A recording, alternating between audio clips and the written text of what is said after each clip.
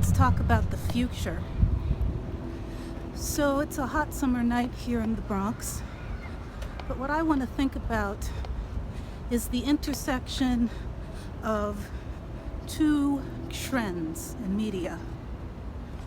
One of those trends is the personal brand, and this is this idea that you should brand yourself, that you should have a personal logo and a personal kind of cohesive identity that all fits together and makes sense and helps you to either reach people through content like podcasts or videos like this one, or that allows you to sell something,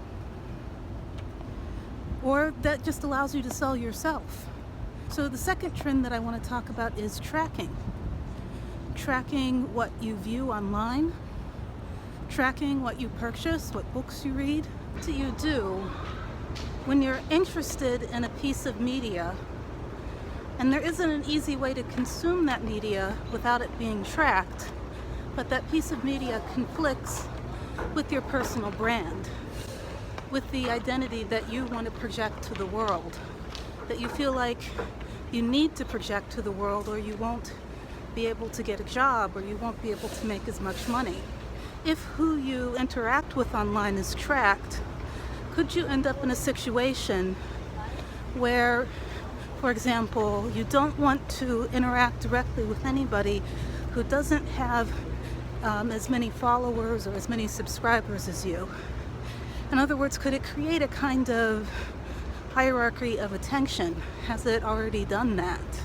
I think one of the more sinister things about these intersections between the idea of self-branding and various forms of tracking for the purpose of advertising, but also for the purpose of things like credit scores, buying a home, renting an apartment.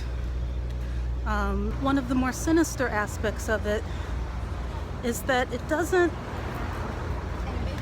it's not a matter of regulations or government.